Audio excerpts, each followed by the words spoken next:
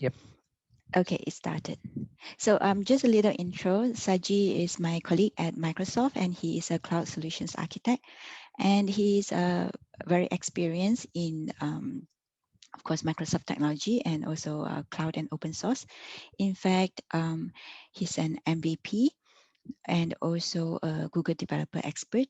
And he has recently been awarded as the top educator in technology by HackerNoon Awards. So I'm very glad that he has volunteered for today's Docker and Kubernetes intro session. So over to you, Saji. Yeah. Thanks, Daphne. Thanks for the nice introduction. I hope you can see the screen, right? Yes, we can see the screen. All right. Yes. Hey, hi everyone. Thanks for joining on a weekend. It's great to be here in the call, right? And thanks, Daphne, for the invite.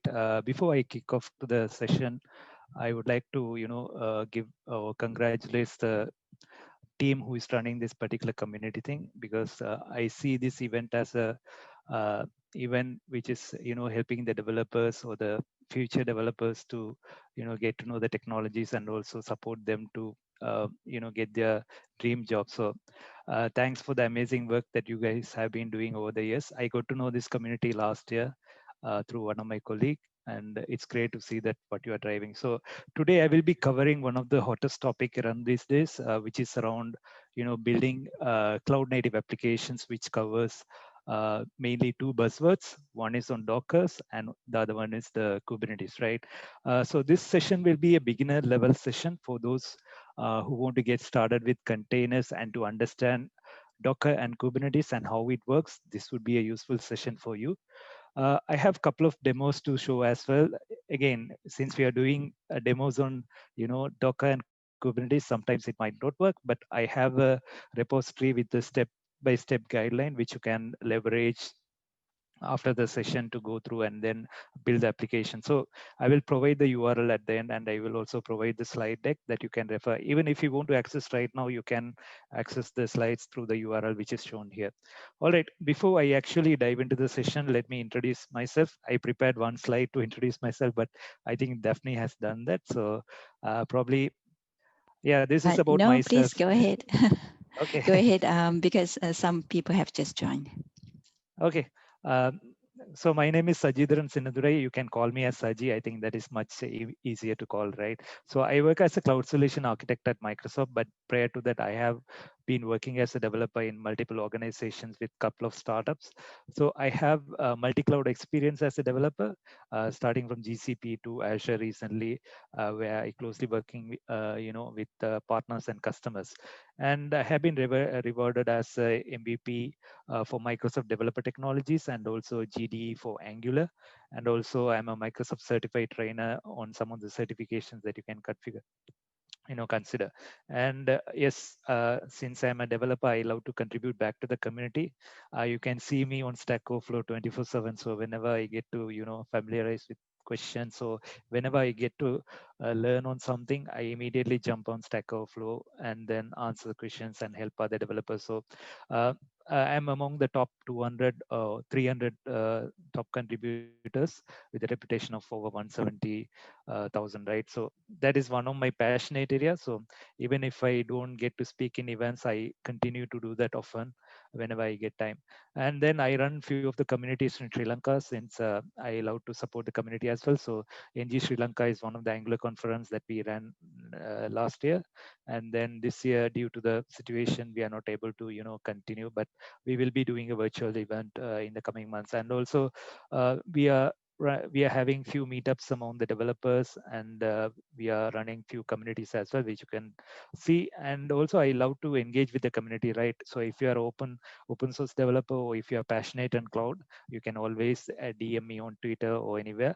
I will be able to help you in the way I can. And some of the recognitions which I don't have to mention, I think Daphne mentioned. I will quickly jump into the session, right? Just to give a glimpse about what you are going to cover today, it's a crash course, and strictly not for Before I experts. forgot, If sorry, Sanjitram, before I forgot, I really liked your GIF. thanks for that. So I used to engage with the audience, right? So I mean, Yeah. I So, wanted to keep this. session more interactive. Yes, So I loved it. And thanks for in that. this group with what I have created with Daphne, we did not had any member from Sri Lanka yet, so we are very happy to extend our community from there. We have a lot of people from Malaysia, Singapore, India, even from US, but we were missing people from Sri Lanka, so we are very happy to have be a part of it. Yeah, sure. I think there are a few members who might be joining today. I don't know because they were asking for the session link. So you will have a couple of members or more than that. I mean, who will be continuously, engaging with you in the coming months. Probably I can, do the marketing part as well. I Yeah, mean, that in would order to, since it's helping the developers, surely I will do that. Yeah, sure. we can work together since we are working with some other communities going forward. Yeah. Again, regarding this session, it's a crash course for Dockers and Kubernetes. It's not strictly for experts, right? If you're familiar with Docker and Kubernetes, probably this might not be the session. And then I won't teach you everything. Again, it's not a deep dive session, so I won't be going into the concepts of Kubernetes in deep level, but I will give a overall idea on when to use and what are the basic concepts, right? And it's a mixture of discussions. Also, as she mentioned, I have a couple of analogies that you can relate to, and also a demo that you can leverage. Yeah, be prepared to unmute and ask questions. As I mentioned, I want these sessions to be interactive and learn as much as you can. And also, if you are expert on this particular technologies, if I'm saying something which is not relevant, you can unmute and say, yeah. So in all the sessions that I do, I want to keep it as a challenge, right? So I mean, whenever I do workshops or whenever I engage with the community, I give them a challenge. Okay, this is what we are going to solve today, and there will be a process, right? So today we are going to cover, I mean, how to build and Dockerize a .NET Core application and then deploy on Kubernetes in order to meet the scale. So even though this is a very simple application, but you can relate to the production workloads if you are running anything on mission critical workloads, and then how you can scale using Kubernetes. So I have divided into two aspects. The first one is building the application and then containerize it using Docker. I'm using some of the terms which you might not be familiar, but I will be going that in detail in the coming slides. So, and then once you containerize it, how you can deploy it to on top of Kubernetes, right? So I'm not going to use Azure here. I think I will run a Kubernetes cluster in my local environment. But if you want to leverage any of the cloud public cloud vendors, you can use that. You can use GKE, or you can use EKS on Amazon, or you can use the Azure AKS on Azure. So exactly, we have 30 steps to do that. I will go through each step by step in the demo that we are going to cover. Yeah, this is something that I added for fun, right? Whenever I meet Malaysia friend, they used to talk about durian. So if you don't understand anything, or if you feel that this session is boring, let's talk about that topic. Because whenever someone says about this, I used to run away because I don't like the smell of. But many of them says that it's uh, you know a very nice fruit. I mean, most of you like, but personally, I don't like. So if you want to evangelize on this, we can talk about this topic. Just kidding, right? So Thanks let's for move on to the topic. mentioning our king of fruits. Yeah, yeah. I think even though I haven't tried it personally, but whenever I meet someone from Malaysia, they used to talk about this particular fruit. Yeah. So I know this session is for beginners, and I wanted to start with a story. Right, a long time ago. I mean, if you are playing Age of Empires game, if you are playing some of the old games, right, like me, who are very old, and then when shipping was done mostly between land and sea, you can see that there were a lot of struggles they were facing, right? Goods were packaged mostly in barrels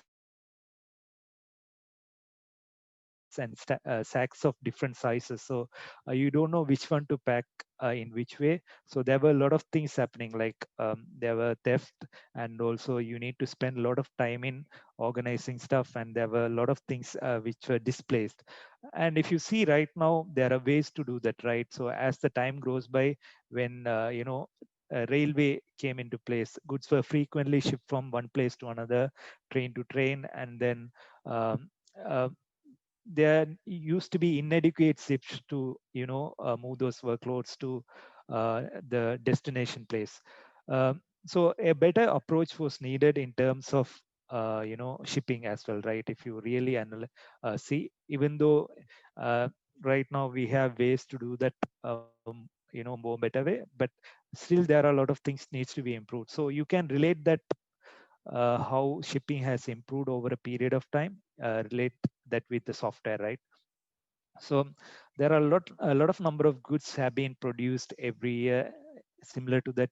Every developer or every company who want to have this digital transformation to cloud, they want to make the applications containerized and then move it to cloud as soon as possible. So deploying softwares has been always painful. If you ask me, I have been a developer who is developing on-prem solution, right? So we used to have a lot of painful scenarios. So I think it must be the same with most of you. So we want to adapt to users with their requirements, and also it used to be changing often, right? The faster pace of shifting software highlights the pain point. So if someone wants to deploy a particular feature quickly, you need to be able to deliver that, right? Especially it's very much true if you're building microservice based applications, because just as shipping the containers, with the container image, we pack everything what we want and ship it forward. So if you don't think it's actually a problem, I mean, whatever the things I mentioned, you can, imagine and see how it will solve a issue, right? Containerizing your application with the dependencies and whatever the things that you want to run. If you still think uh, it doesn't solve the problem, let me put this in a developer language.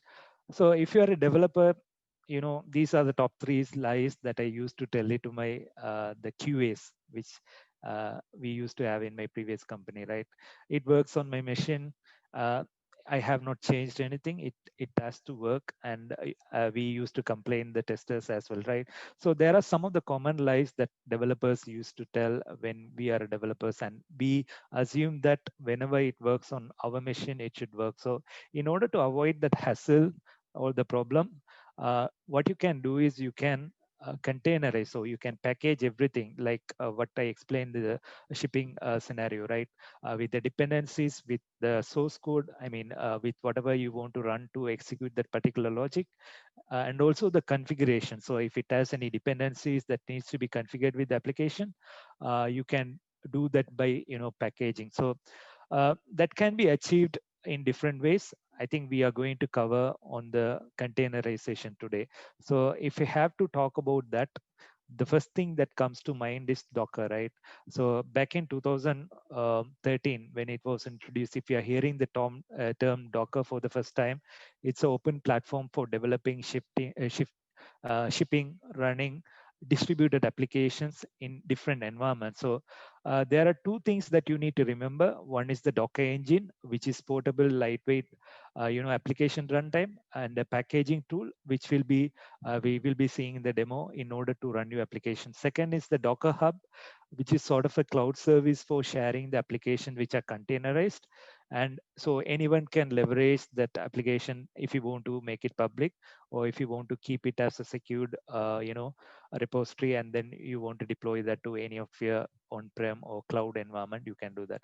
So it provides, benefits in two ways. One is through the Docker engine in order to run your application, and the second is on the Docker registry, where you can store your images, and also others can leverage. So there are three terms that you need to understand when you talk about containerization.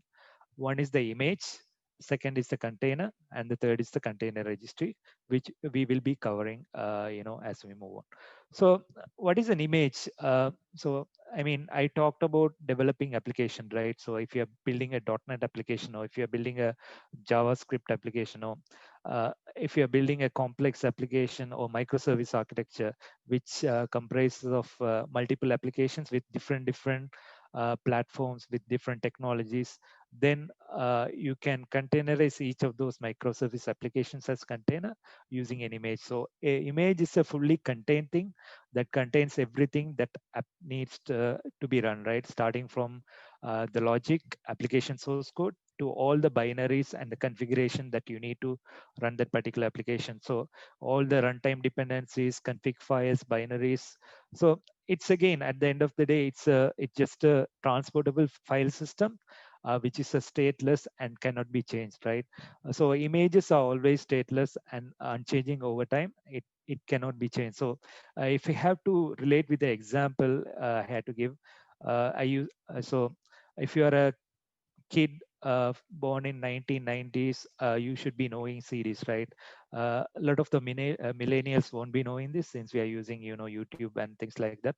So the CD contains a content that can be played on any device. I mean, those days we used to have this deck, and in order to mp3 players, things like that. So it used to contain certain amount of tracks, or you can take some videos, and you need to play the same across different devices, right?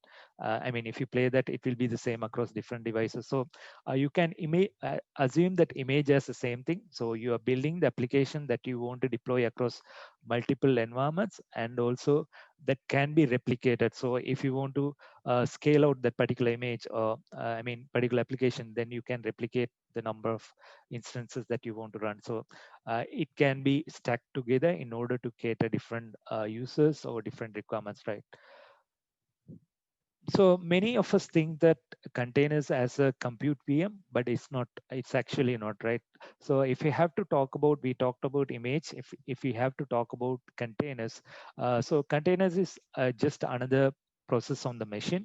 So containers are method of, operating system virtualization that allows you to run application and its dependencies in a resource isolated process. So it can be considered as isolated and a secured application platform that holds everything, in order to make your application to run.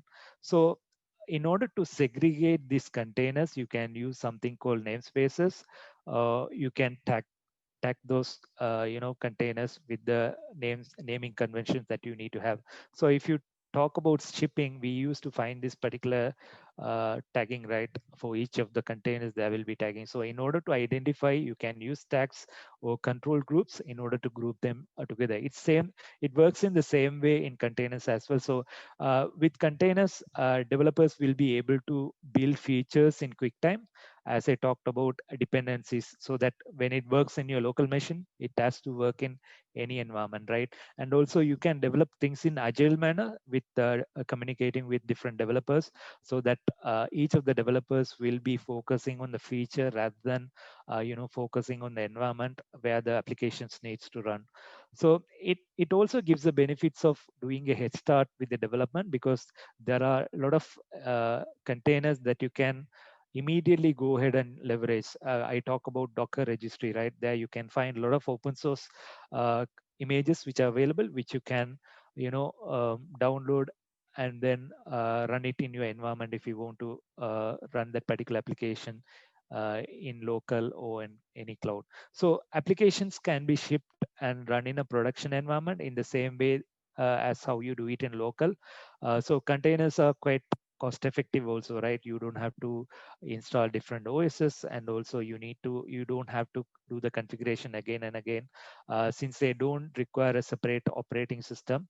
It also leverages less number of resources. So it also comes with the benefit of scaling. So you can scale according to the way you need. So if you want to do horizontal scaling based on the number of CPU or any kind of metrics, you can do that. So those are some sort of benefits that you can talk about containers. So I talk about image, right? So how to create an image. So if you have a .NET application, if you have a Python or Java or Golang, any type of application, how to containerize it. So the first step to containerize particular application is using an image.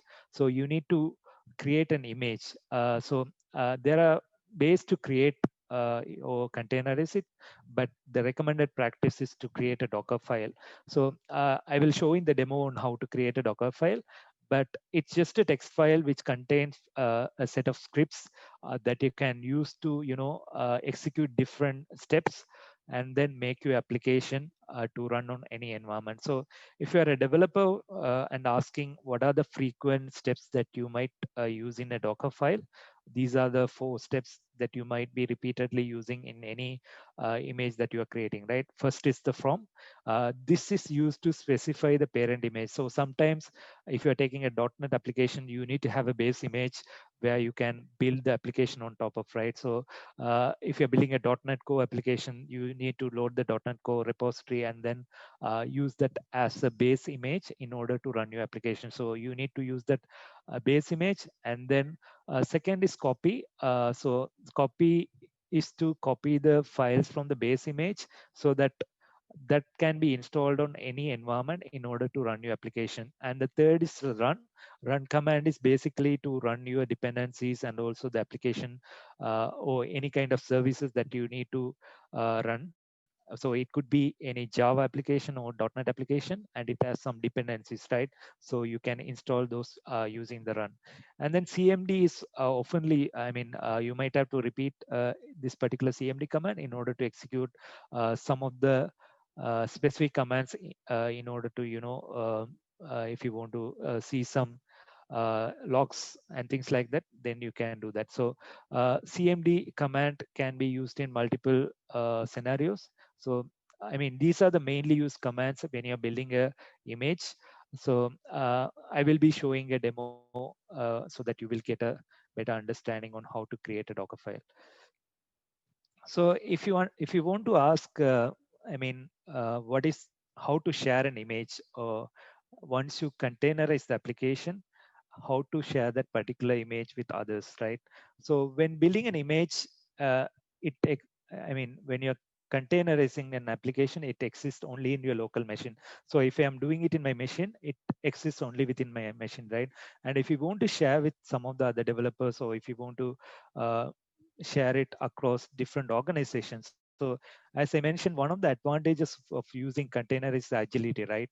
It lets the developers to build things quickly and also to distribute across various environments. So to share something called registry in order to share the image that you create, you can use the uh, Docker registry, which is a private container repository that you can leverage, and all of the cloud vendors provide their own way of hosting your container images. If you are on Azure, you can use the Azure Container Registry. If you are on AWS, there is ECS and also Fargate, and on GCP, there are ways to host your repositories, right? So you can make it public and also private, and you can lock your container images by using some of the policies that each of the cloud vendor provides. But most of the open source developers, they use Docker Hub as their container registry in order to host their images. So Docker Hub is the default registry that most of the developers uses, and there are many third-party offerings as well. I think there is Shipper also,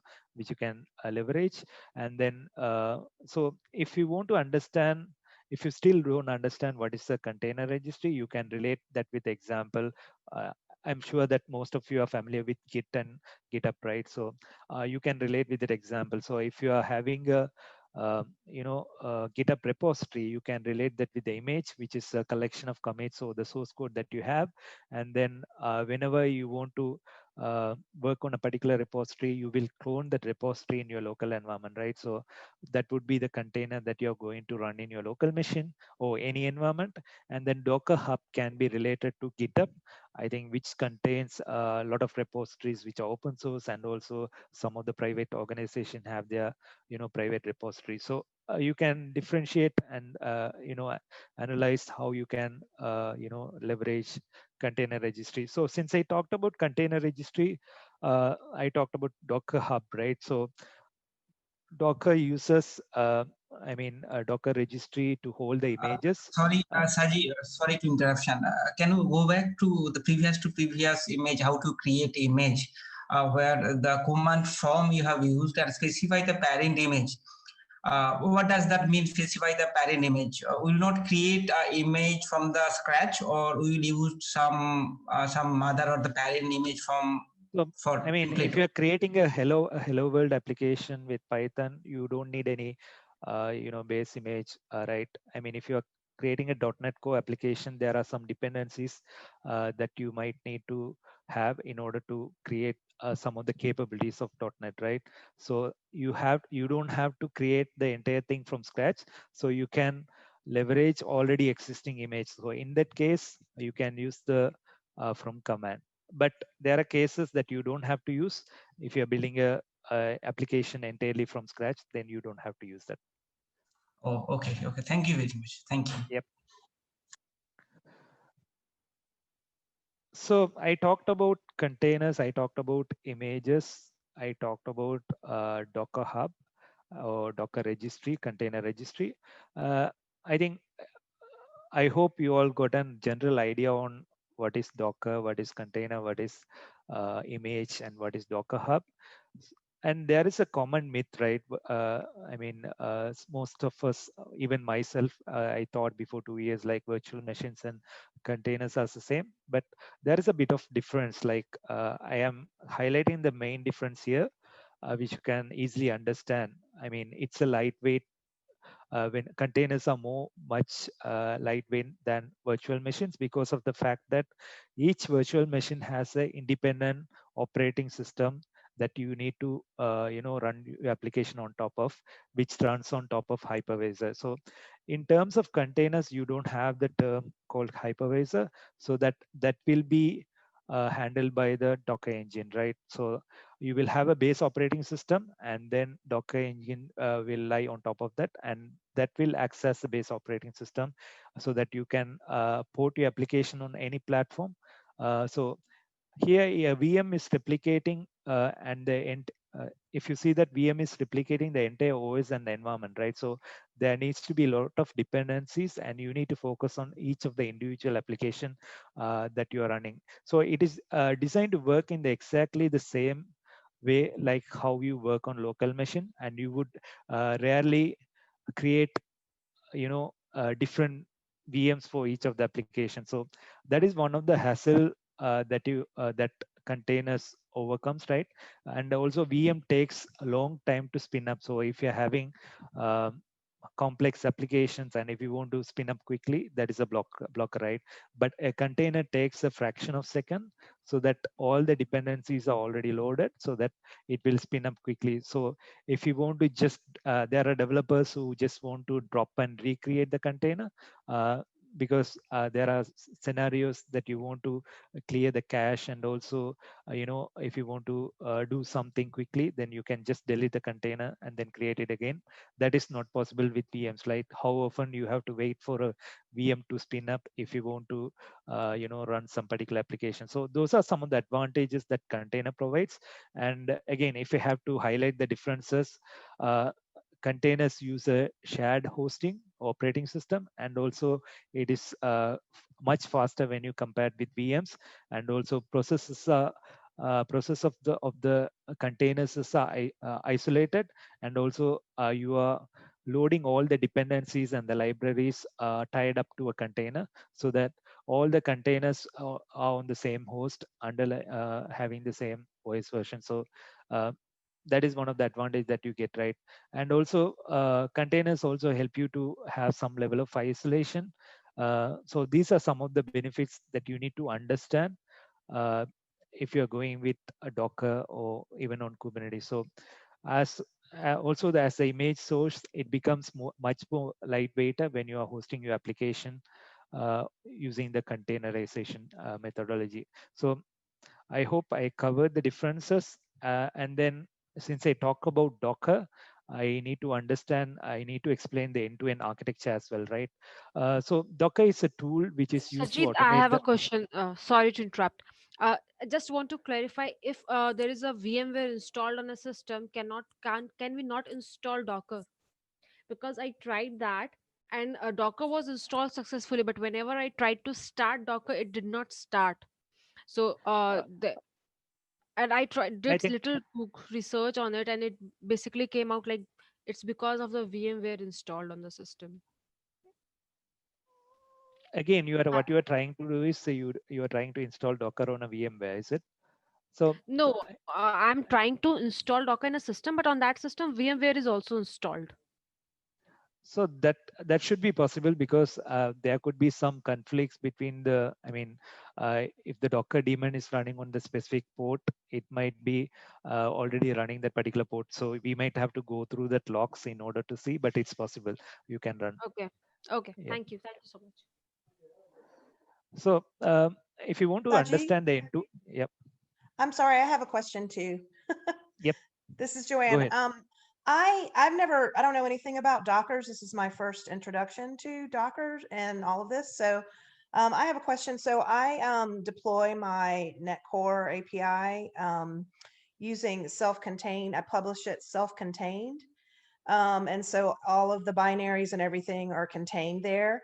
So what is the difference between having a self-contained publish like that and a Docker? What's the relationship between those? So I don't know where you are hosting it. Is it on cloud, or is it where are you hosting the application? No, I'm hosting on a local server. Okay. So if you want to run it on local host, that is fine. But if you want to take that application to different environment, have you tried that? No, I haven't. I haven't needed to. I'm just trying to understand what a Docker. So, but a Docker is a similar concept, correct? To having correct. it be So self-contained published. Yep. I'm trying to explain the difference. So when you are saying self-contained, you are already, making it as a application that can be made portable, right? So if you want to run that particular application on a different machine, probably you need to install that particular server and then copy those files and run it again, right?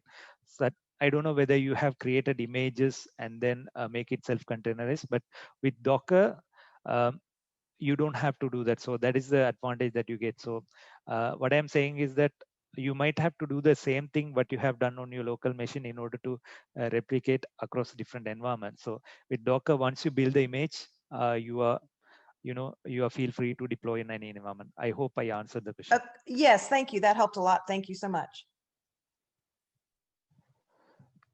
Okay. So Sajid, also Christine has a question. She wants more explanation on the file isolation.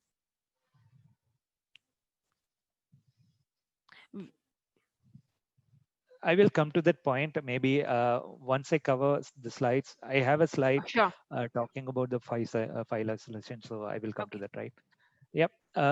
Probably we can take the questions at the end. Maybe I will not be able to do the demo since we are running out of time. Sure. But you can make a note of the questions and then we can take it at the end, if that's okay. Yeah. Yeah, sure. All right.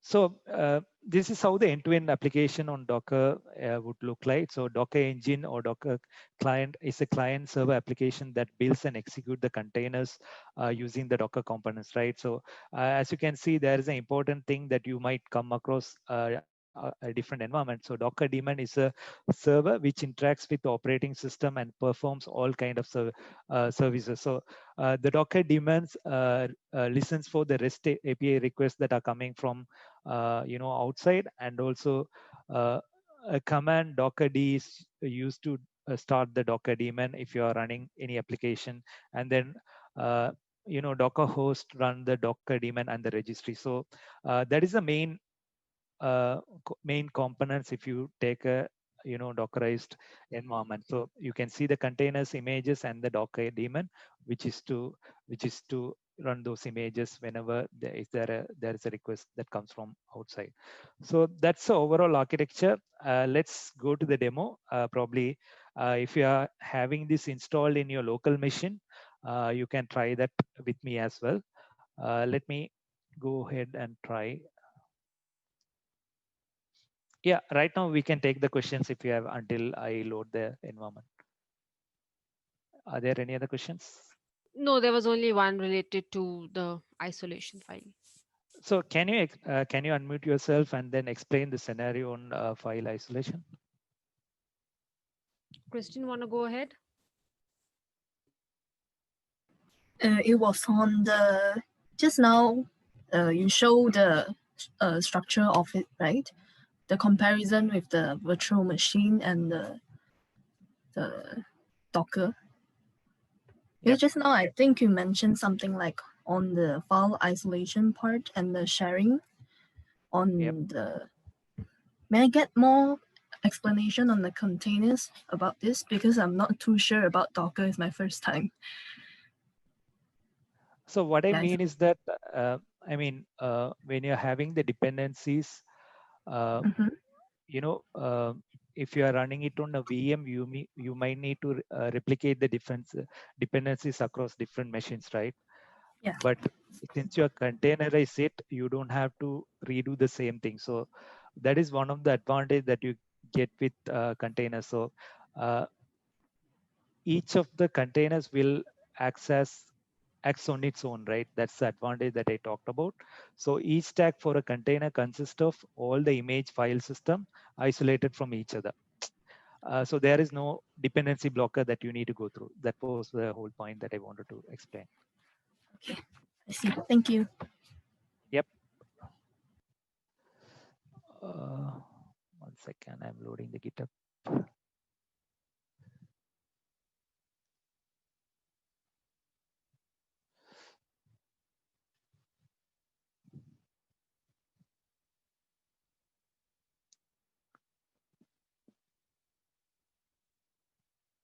So the first step, what we are going to do is, there are a few dependencies that you need to install in your local machine.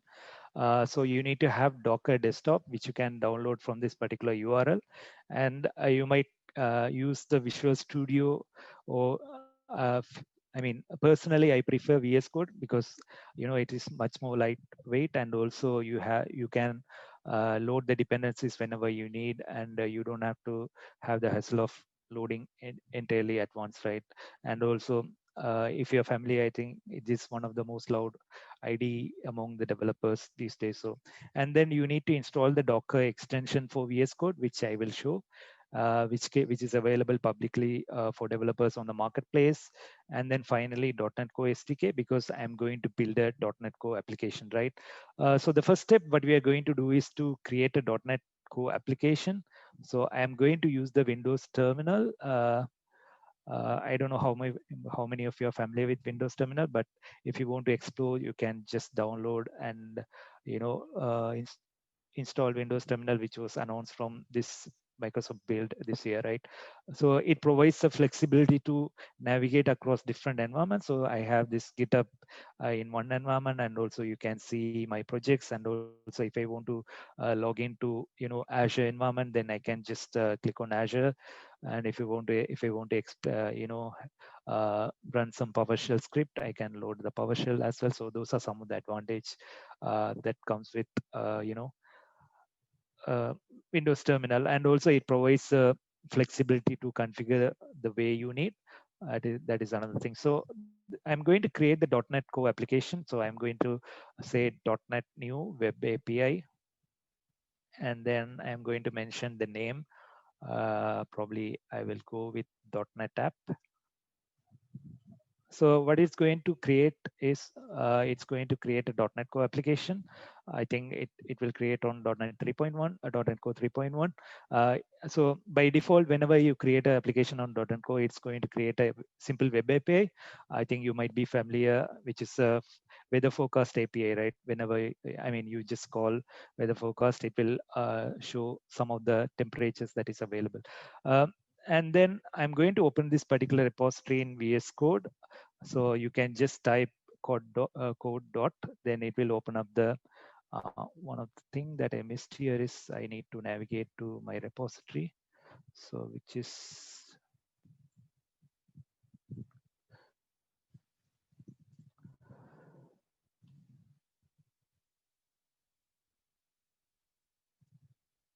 so right now you can see that application is loaded, and you will be able to see it's a simple application that returns set of JSON data whenever you call that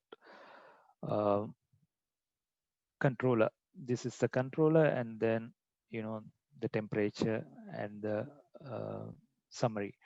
So right now what I'm going to do is I'm going to disable this HTTP redirection, because I'm going to run this in local environment, right? So I'm good with all the things. Let me run it in local machine and show how it looks like without container. So it is going to run your application in, local machine. I think I need to install some extension. Let me try that. I don't need this. Probably I missed. Are there any other questions? Still I load this extension, I think. Yeah.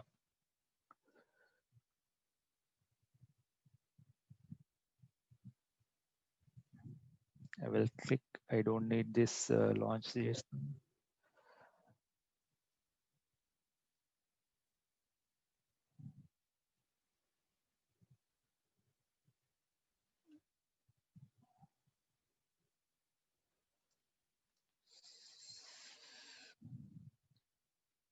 So you can see that the application is running. Probably I should get a port so that you can access the application. So right now I see an error. I think the port is already in use. Let me go ahead and stop the port.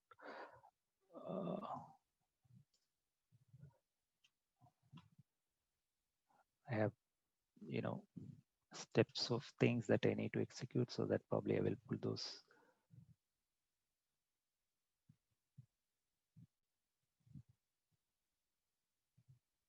So in order to stop the port, probably you might be familiar, I can do this and then see what is running on port right now there.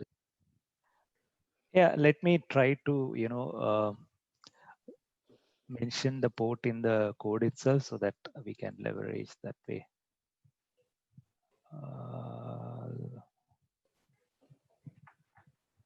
Sorry, this might, yeah, I think that should help. .NET run by specifying the port.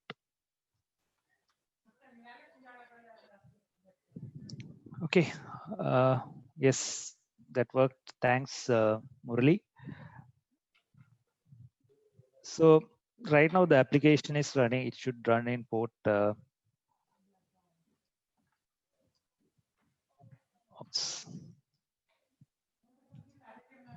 5001 and weather forecast. Oops. I should do it here.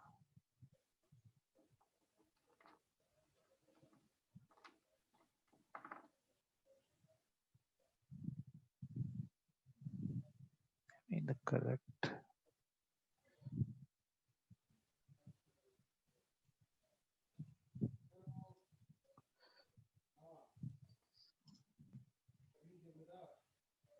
No, that doesn't give anything. I think you using HTTPS is not HTTP in the browser. Yes, Okay. yes. Yep, thanks. So that I mean, this is what I wanted to demonstrate. I mean, so that you can run your application and it works fine, right? So now let's see how we can Dockerize. I took much time on that. Sorry for that, because I think the port was already being used by some of the random thing that I ran before the demo. But in order to Dockerize this particular application, let me stop this. If I think it's not running, so that I will close everything that I opened. And then, so you can use this particular command Control-Shift-P in order to create a Docker file, or you can just manually add the Docker file to this particular repository. So I'm going to add a Docker file with the ASP.NET Core, and then I will choose Linux as my preferred operating system. And I'm not going to have any Docker Compose in order to run this application. So I will just mention the port here as 5000. Okay, again, I use the same 5000, that's okay. But one of the issue that recently came across with .NET Core application is that when you're Dockerizing it, you need to specifically expose this port because I think that was mentioned in one of the GitHub repositories. So you might need to, I think the steps you can go through here in my slides, which I have mentioned. So first we are creating the Docker file, right? You need to create the .NET application and then disable the redirection and then run the .NET application. Right now we are able to see the application running in port probably 5001. And then you need to add the Docker file to your workspace, or you can create manually. So this is a step that we need to configure for .NET Core application by mentioning the application environment where you need to run the run the application on specific port. So I'm exposing the port and also mentioning the environment variable as ASP.NET Core URL. And right now we have created with the files, I mean with the Docker file that we need to create. And the other extension that I mentioned is the Docker extension that you need to install for uh, VS Code. Let me start the Docker, which I stopped previously in order to see if there is any port being used. So once you start the Docker, you will be able to see whatever the repositories that you have been connected to. If it's a private or public repository, you will be able to see in the Docker extension. I think it might take few seconds to get started, which you can see from here. So other thing that I wanted to mention is that if you want to use Docker Hub and set up your Kubernetes environment in Docker, you need to enable few steps. You can go to this Kubernetes and then you need to enable the options that you need to have. Otherwise, by default, it doesn't create. You will not be able to create the Kubernetes in your local environment. And also, other thing is that some of the settings which are not enabled by default, you can go ahead and change it here in the advanced setting if you want to increase the memory. So that is one of the thing that you need to consider. I think it's still kicking off, so I will wait for a couple of I think Docker is running, so that if I go to the Docker extension, I can see whatever the container registries or the images that I am currently having it locally, and also what are the images that I am running in my local machine, right? So as you can see, I have already run this demo previously. So this is the base image that we are going to leverage.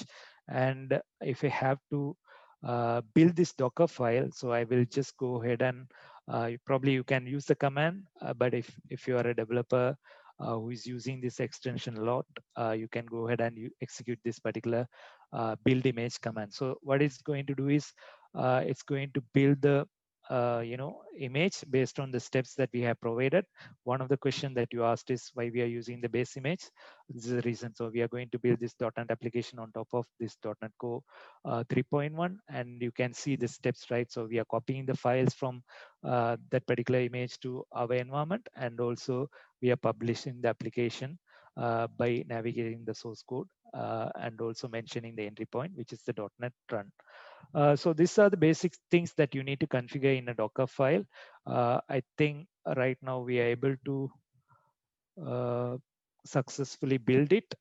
So if you are replicating in your local environment, you need to make sure that you need to get a message saying that it's successfully built, and also there is an image tag to that particular .NET app.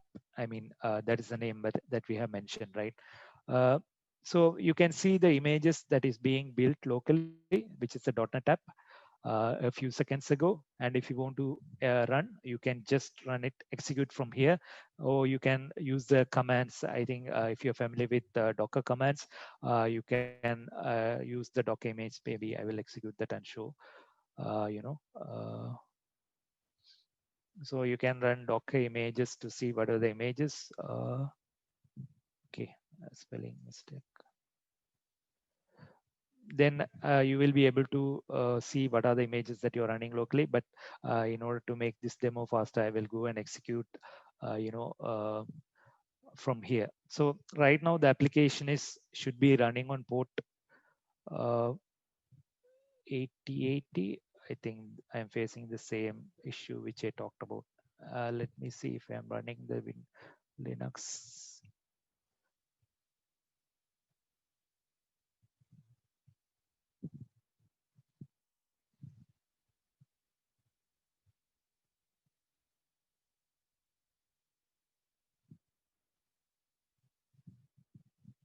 Yep. So I think we should see a green here. Yeah. So the application is running, right? Let me run this in browser and see if if the containerized application is working or not. I have to use the port. I think since I have run it previously, this port is being used by that particular image, right? So that was the issue that I was facing.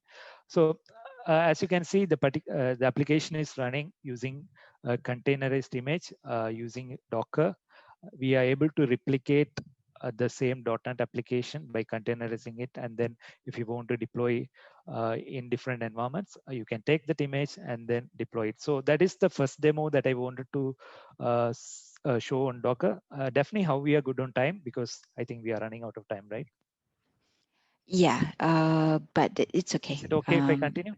Yeah, Sorry sure. about the demo, Go because ahead. that port issue was, really something that I didn't expect. Yes, let me go ahead and continue with the slide. So this is on the Docker, right? I hope everyone was able to execute if you're running it in local. Let's move with the bigger challenge, which is on, Kubernetes. So how many of you know this particular thing? Or how many of you are using Netflix in order to watch movies? Let me close all this so that I won't face the same issues again. Yeah, how many of you have thought about Netflix architecture while you are watching, dramas or teleseries or movies in Netflix? So, how many of you went through this particular block previously, and how they are leveraging, multi-containerized environments or multi-containerized applications in order to cater millions of users? So, if you go through this article, you would be able to understand how they are able to deploy hundreds of microservices in order to control each and each and every part of the user that is coming, who are coming from different parts of the world. So they are having thousands of microservices, thousands of daily production changes, and also 10,000s of customer interactions on a daily basis per minute, and also millions of customers who are watching it online, right? And if you talk about the number of metrics that they are going through, it's in billions.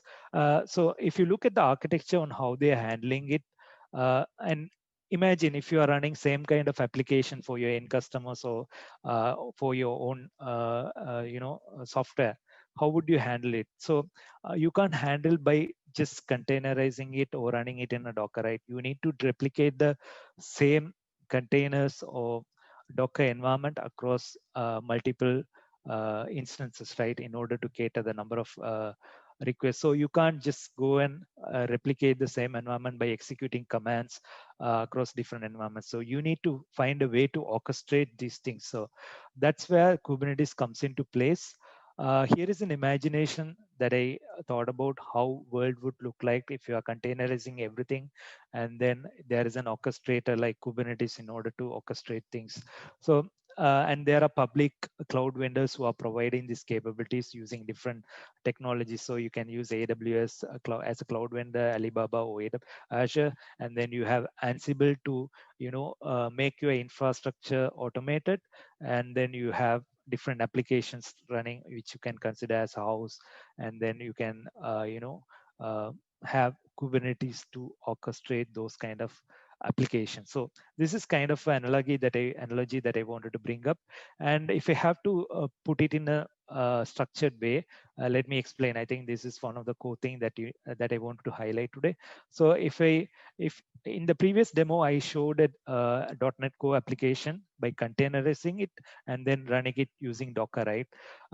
But if you move ahead and see, probably, yeah.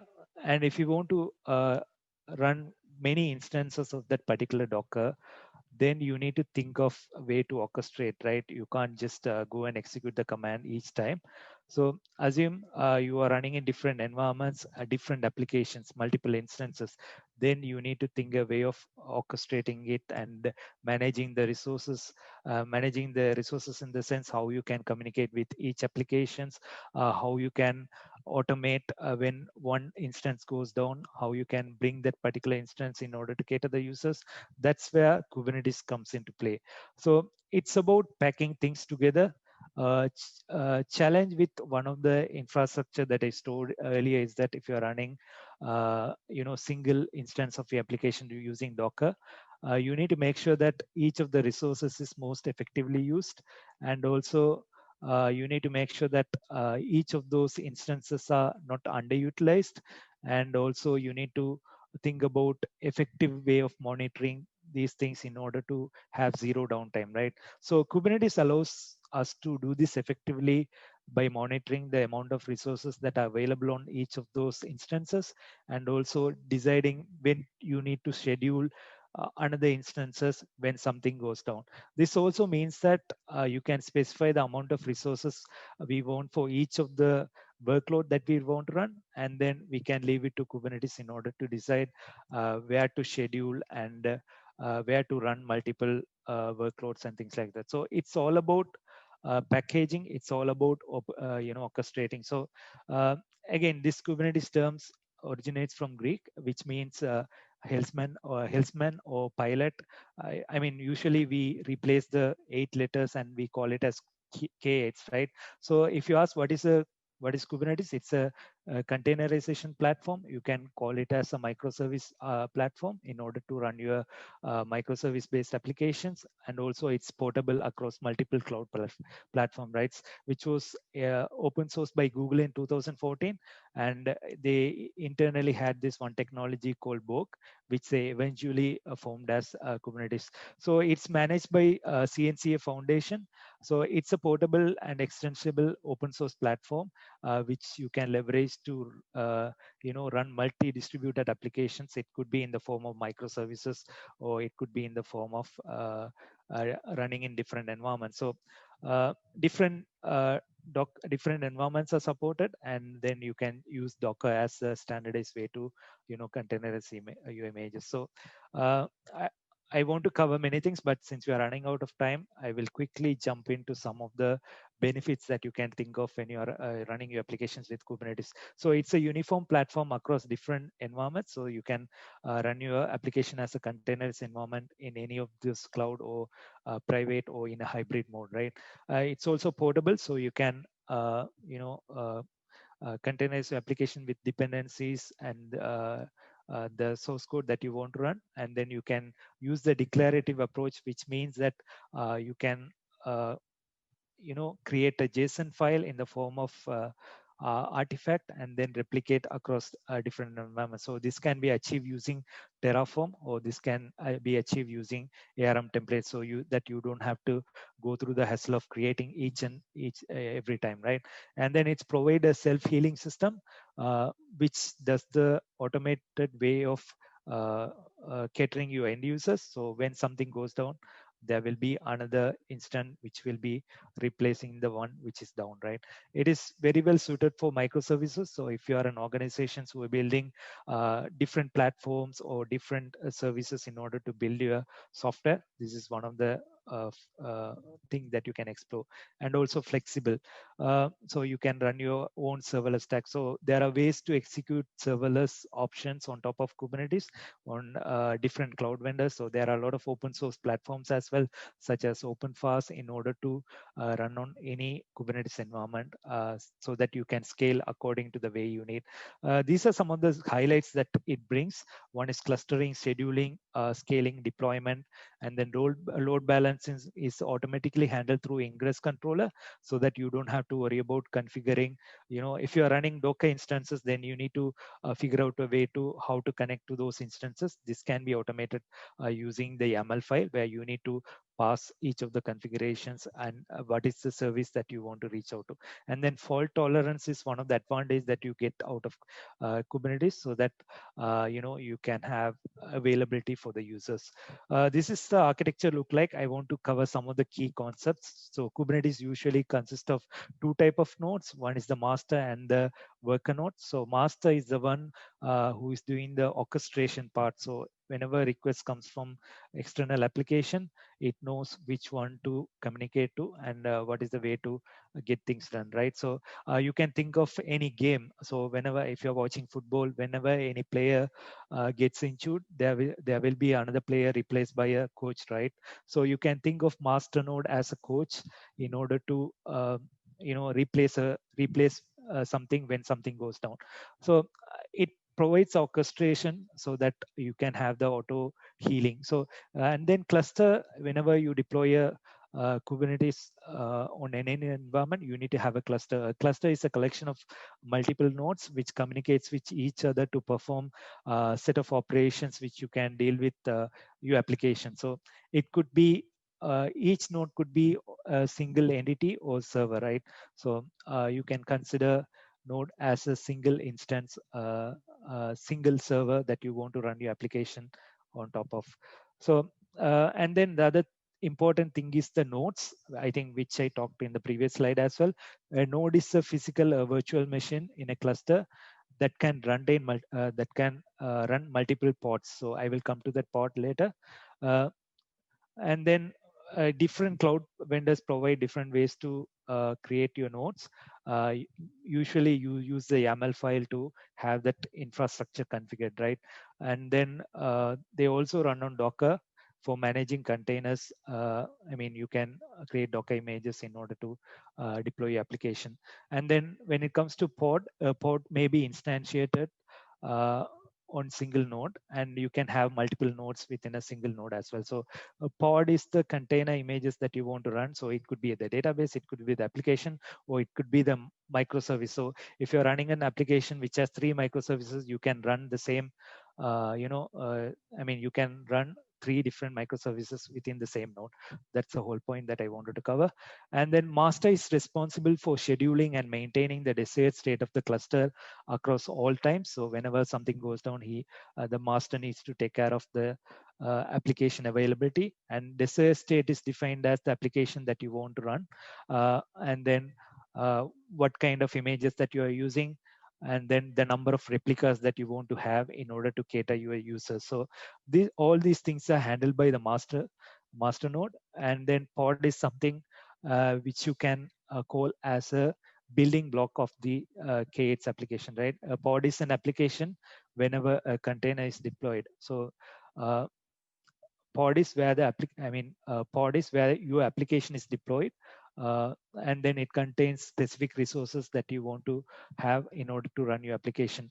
Pod can contain multiple applications as well. Each running pod with same definition is called as a replica. So if you're having a single container which is running on particular pod, then if you replicate that, that can be called as a replica. So that is one of the important concepts. There are some commands which you can use to execute in order to get the pods. I think one of the frequent command is kubectl get pods, and then you can use the VS Code extension in order to have what are the pods that you're running inside a node. And then deployment is another important factor. If you're building complex application, you need to have a deployment. That is where you need to define the state of the application, right?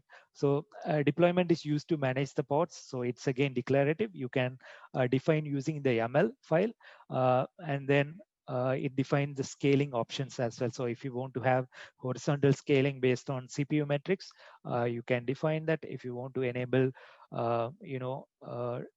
replica set through the replica sets, you can define that as well. So I am sure that we need to go in deep level to understand how you need to configure, but these are some of the concepts that you need to have in mind before starting with K8s. So when you change a deployment, you need to, I think, whenever someone deletes a pod, it doesn't affect the deployment, right? You need to, if in order to run those deployment again, you need to run the deployment again. I mean, there are people, there are developers who are deleting just the instance of the pod. I think you will see that the pod is recreated again. But if you want to have something in as a practice, it's always good to delete the deployment and start the deployment again in order to avoid hassle. And then this is how the end-to-end deployment would look like using the deployment. So you can see that you need to define the deployment, and then you need to define the replicas, how many number of replicas that you need, and then you need to define the container which you need to run inside that particular pod, right? That is one of the important thing. And then you need to configure the network as well in order to expose some of the ports. I think I'm running out of time, but I will quickly explain important concepts on service discovery. I think whenever you run your application, you need to define an endpoint in order to access those applications. That's where the service comes into play. Each of the service will have an IP that can be recreated or restarted, or you can scale it down and up whenever you need. So a service is a service will have external IP as well as a internal IP in order to communicate with each other. And then if you want to access from external, you can do that. So load balancer is the one which is communicating with services. So those will be accessed using the internal IP that is provided, right? Ingress is one of the default way that is provided with Kubernetes in order to have the communication between each of the pods that you're running or your application is running. So you can see that how it communicates between two different services. One is the front end and the other one is the back end, and how the configuration would look like.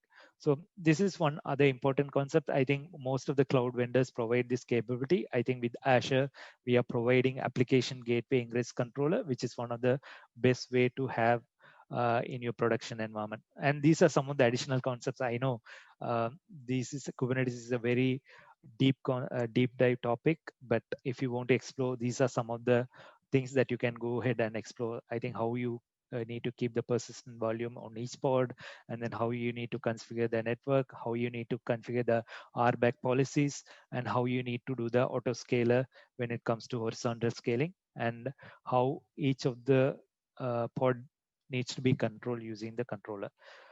This is how the end-to-end deployment on Kubernetes would look like. So there you can see the master, and then you can see the node, agent nodes, right? That is those are used to be the slave ones. So which is being orchestrated by the master node, and then cluster state is managed by this master.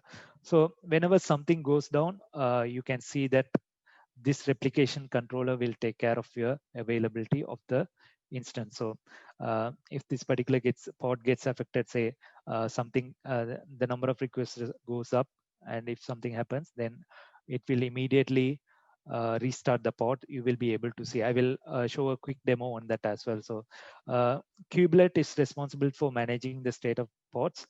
I think that is handled internally by the Kubernetes cluster. So replication controller will change the actual state according to the application usage. So that is one of the important concepts that I wanted to highlight. This is how the end-to-end production application would look like. Some of the concepts that I didn't cover, so that you can see that there's a load balancer, and then you will have the application running inside the node, and whenever a request is coming, it will be redirected to the necessary controller. And then you need to have some of the external capabilities as well with Kubernetes, which we didn't cover, but monitoring is one of the important aspect. Log management is another important aspect, and how you are maintaining the storage of those application of those instances is another important thing that you need to have in mind. So each of the cloud vendor will have their own best architecture reference. I think you can explore that. So any questions on that? I know I was rushing through the concepts, but any questions before I dive into the demo? Are we having? There is one in the chat. Is WSL2 using container on Windows? Can you repeat that question? Is WSL2 using container on Windows? Yeah, that is one of the underlying concept is it's used by the I mean the same mechanism that I explained, because you can see that I was using different environments, say PowerShell, also some of the projects that I wanted to access in VS Code. Yes, it's using the same mechanism that I explained. Okay, thanks. All right, I will probably I will not create a cluster again, but I will show how you can run Kubernetes in local machine, and also how you can run it on cloud if you want to run. So the first step that we need to do is, I Dockerize the image, and the next step that you need to do is you need to set up a Docker registry. So you can use external Docker Hub as your container registry, or you can use the Docker Hub container registry, which is provided by the Docker Hub as well. So this is one of the feature that is provided with Docker Hub.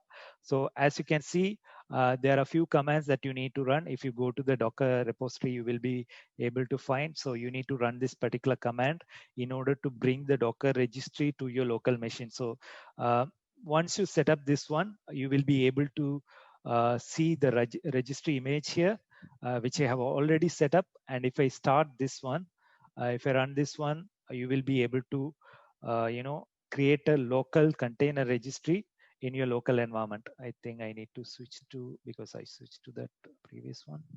Let me.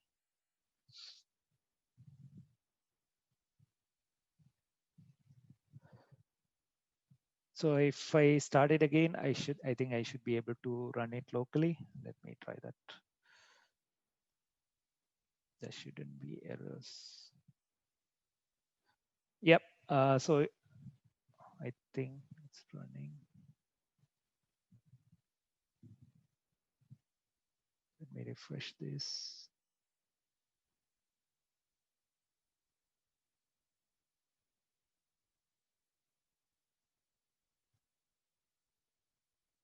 Okay, I'm facing the port issue again.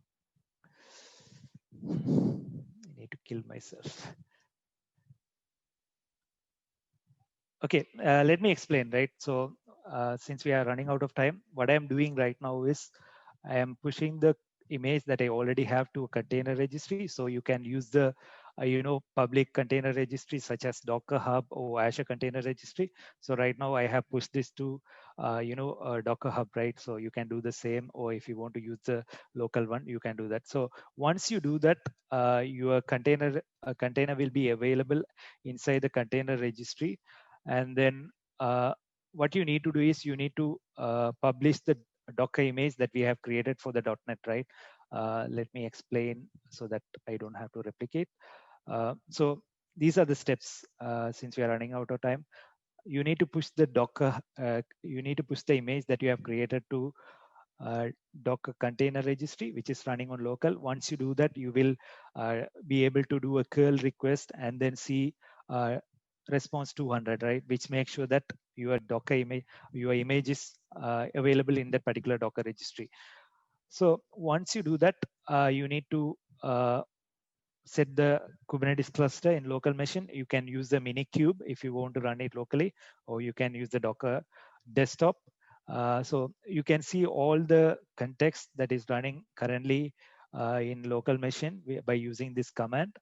So you can see that I'm running a AKS cluster and then Docker desktop. So I'm going to use the Docker desktop right now.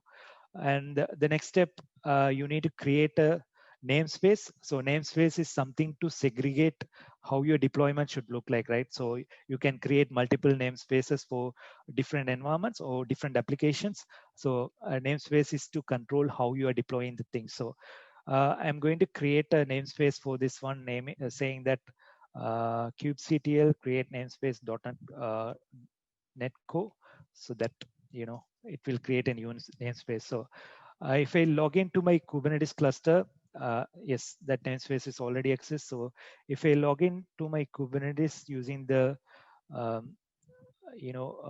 extension that is provided with VS Code, you should be able to see the context that I'm running in currently. So I have one AKS instance running and also the Docker desktop, right? So right now you have the image and then you have set the Kubernetes cluster context. The next step is to use to create a YAML file in order to do the deployment. So you need to create a YAML file. You can call it as deployment file, or you can create a new file. So I think I do not have that. Let me create a new file using the same. So I'm going to create a new file saying aks.yaml, which is going to have all the configuration, right? I have to put it outside so that I will not. Yep. And then, so Kubernetes, in the Kubernetes web page, you will be able to see a sample template that you can leverage in order to, configure your application. So this is the default configuration, right? So it's going to use the particular extension. I think with version 1.19, you can use beta. If it's a version 1.19 above, you can just mention V1. that is defined in the Kubernetes documentation. And then what we are doing here is, I mean, it's simple. So we are going to define a namespace and name of the .NET application. And then I'm going to have one replica, since I'm not going to scale this application, just to demonstrate that I can run this application on top of Kubernetes, right? And then I'm mentioning the image, which I'm going to pull and then deploy on top of Kubernetes. So here I'm mentioning my local repository where I have hosted my .NET Go application, the image, and then I'm mentioning the container port as 80. And this is something that you need to use in order to have security. So you can define image pull policy. So whenever someone want to retrieve that image, they need to authenticate, right? So if you're using some of the open source, some of the open repositories or registries, you need to make sure that you need to authenticate whenever they are trying to pull that particular image. So those are the configurations that you need to have. And if you are, defining the service, then you can define some of the ingress network configuration, which is not mentioned here. But if you are running multiple instances, that you can mention using here. So this is how the typical, workload YAML file, deployment YAML file would look like. Once you define the YAML file, you can deploy using the YAML file, same kubectl, and then create whatever the deployment that you have. Once you deploy, it is going to run the application in the specific port.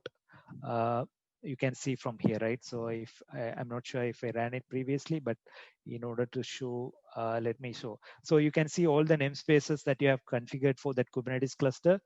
So you can see that netco, which I have defined in the namespace, right? And if I go under the net, so you can see all the nodes and whatever the workloads that is running on. Here you can see the .NET application, right?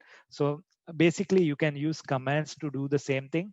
And if you want to use the VS Code extension, I think VS Code extension is fairly easy. So this is one of the, I think there is an error since I am running in local, again, the port issue, which is not letting me to pull that image. But if you're using any of the open source, open container registry, you will be able to mention that in the YAML file, and then you will be able to deploy it locally. So this is where you need to configure, right? So if I'm using, my public repository, then you can use the Docker Hub URL in order to deploy. And the other aspect that I wanted to cover is that, okay, you have deployed that particular application on top of Kubernetes, but if you want to scale it up, say, as I mentioned in the case of Netflix, they are scaling across multiple, instances, right? So in order to do that, you can scale it using the particular command, scale.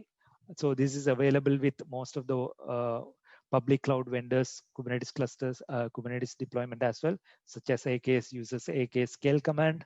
If you're using Kubernetes cluster on-prem, you can just use a scale command and set the replicas, the number of instances that you want to scale it up. So when you run this particular instance, you can see that it's being scaled across many instances. So that was the whole demo that I wanted to show today. I'm sure that you got the basic understanding on how you can run. Again, you can use the public repository, which I have in my GitHub, which you can leverage to deploy the application on top of Kubernetes. So I know I have been hit by this particular error that came on specific port, but I hope you understood the concepts clearly, and also how you can deploy the application on K8s. But if you want to have a deep dive session, probably I will spend some other time to explain on each of those. But if you have any questions, you can always reach out to me using this particular Twitter handle. And also the slides are available so that you can access, and the demo is also available so that you can access through the public URL.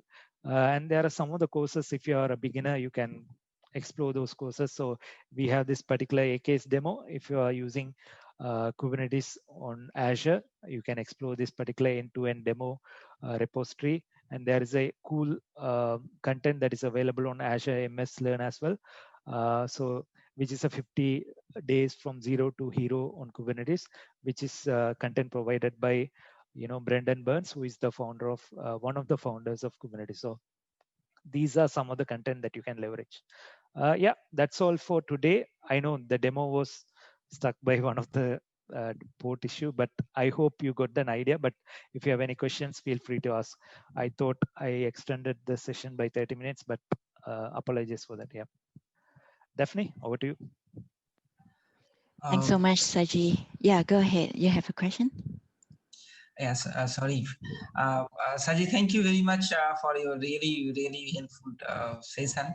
And I have some basic question as we are very new to this Docker and Kubernetes, all these things. So if you can go back to that comparison between VM and container, and over there you have represented where the Docker is in with respect to the physical machines, and where the Kubernetes will be there in right side representation, infrastructure operating system, Docker engine. After that, it's app, all these things. Where the Kubernetes will be positioned over here. Yeah. So assume virtual machine as a one instance, right? So you are deploying one application on that particular virtual machine, and you want to scale it across multiple environments. Then that's where the containers comes into play. I mean, you can replicate the application across different environments. So you are not going to deploy the same thing what you have done on that particular virtual machine when it comes to installing dependencies, or when it comes to running your application. There might be something that you need to open up the ports and things like that, right? So you are documenting the process by creating a Docker file in order to run that particular application as a container. So that's where containers comes into play, so that you don't have to replicate the same things what you had run in order to run that application on a virtual machine, or even on your local machine, right? So when it comes to containers, it avoids that hassle of going through the same process again and again. That is one aspect. And also the underlying OS is it is going to have the same OS, so that you don't have to install different OS in order to run your application. So since it's running on top of some form of abstraction on OS, so that you don't have to install dependencies on the OS side. So that is another one. When it comes to containers, that's fine, right? So you can replicate, say, five instances of that particular application in order to run across different instances. Say if you want to run million times of that particular application, again, it's a hassle, right? You need to say this application is a .NET application, and then you have another application running as a container, which is a JavaScript application. Then you have another application, which is a Python application. Then you have 3 different framework application running on 3 different environments.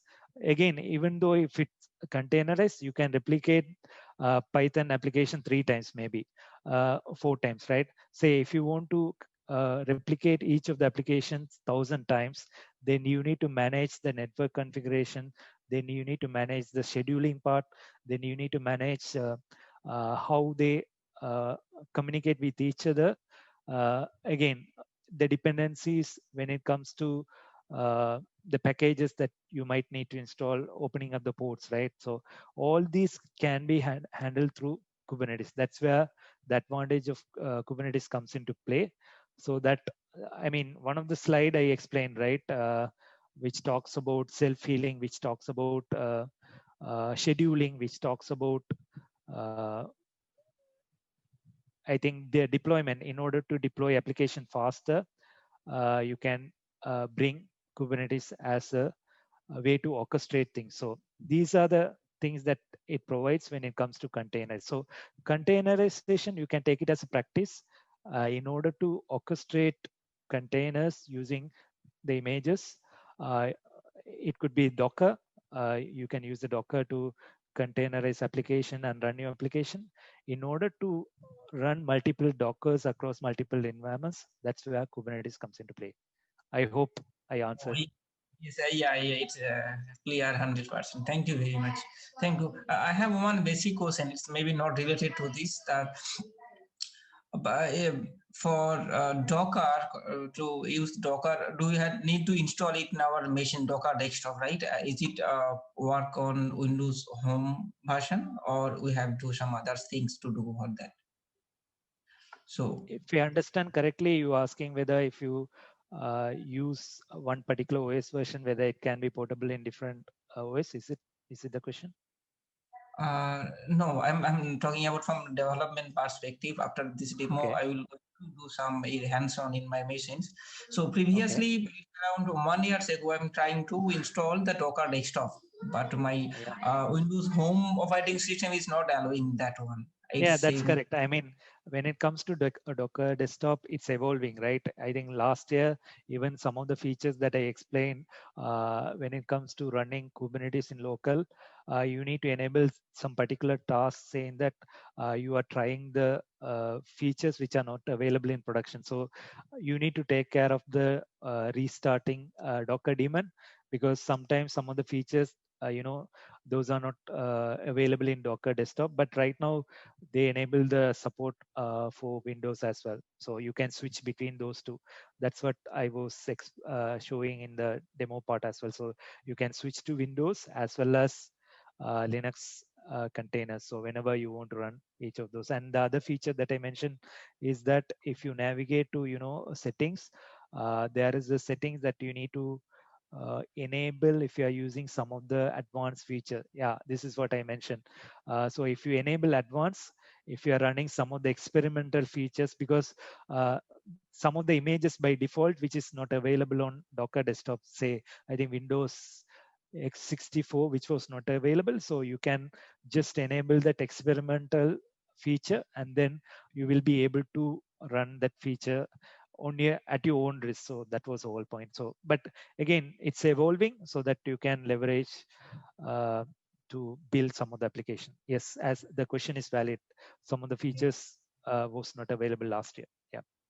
And Thank if you, I think if you are building microservice application, one of the feature that you can use is the bridge to Kubernetes, which was announced this year, which was available for developers in the past as DevSpaces, which is available in GitHub as uh, DevSpaces, but right now it's renamed as Bridge to Kubernetes, so that you will be able to debug multi-containers application on any environment by installing this. Say if you want to bring a dependency which is running on cloud, and also you want to debug some of the application that you are running on local, then you can run your application locally and connect the applications running on cloud, and then debug and fix the issues and then publish. So there are cool extension that you can leverage. So again, this Docker extension, Kubernetes extensions are much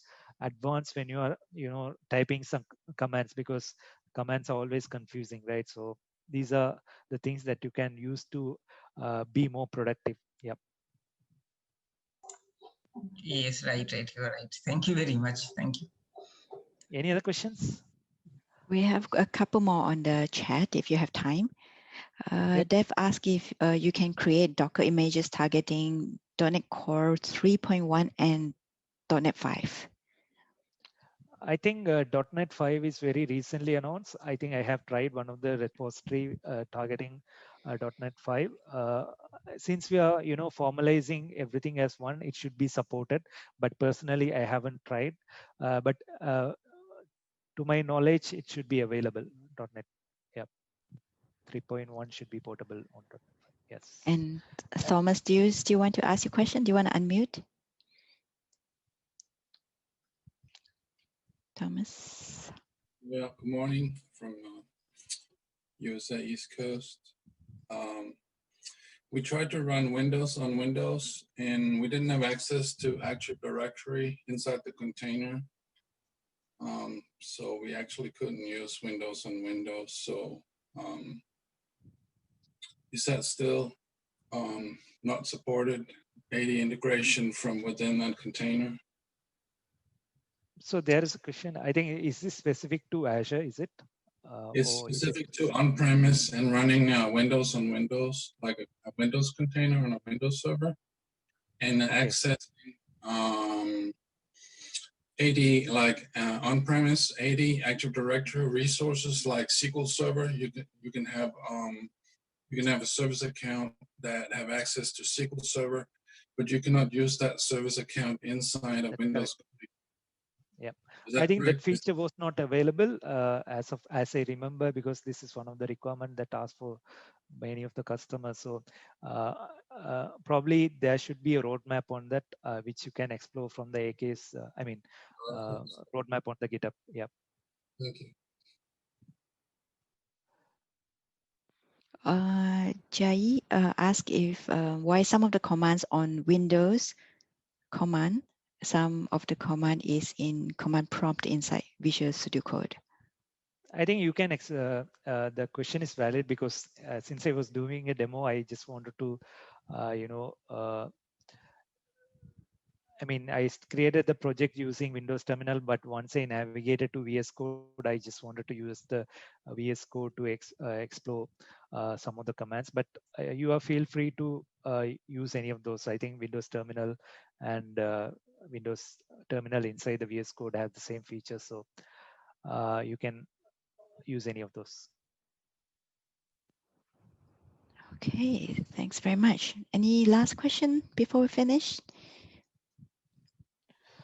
And apologies on the demo. I think the port issue was one of the blocker that I had. Otherwise, yeah, no problem. smooth. Actually, it's a lot to cover, isn't it? Docker and Kubernetes in 1 hour. Thanks so much for spending time with us. Any final questions before we finish? There is. To support multi-target environments, do we need more than one SDK?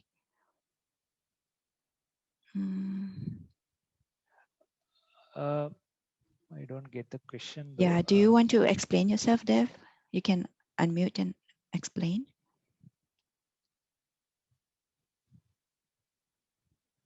I think if it's from a developer perspective, if you're asking a question on, say, if you're having a microservice application, which is consists of different modules, which is running on different platforms, then definitely you need to have those dependencies in your local machine.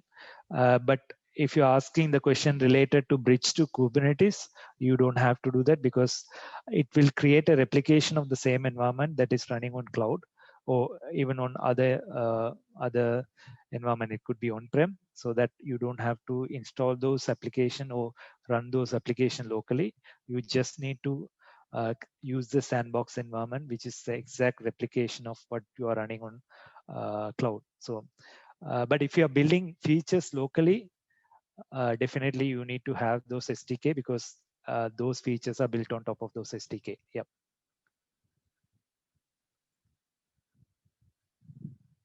So Dev is asking multi-targeted frameworks as in .NET Core and .NET 5.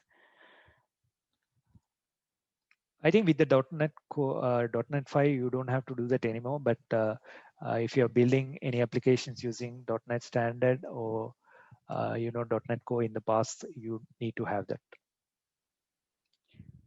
Do we use one Docker file or multiple Docker files?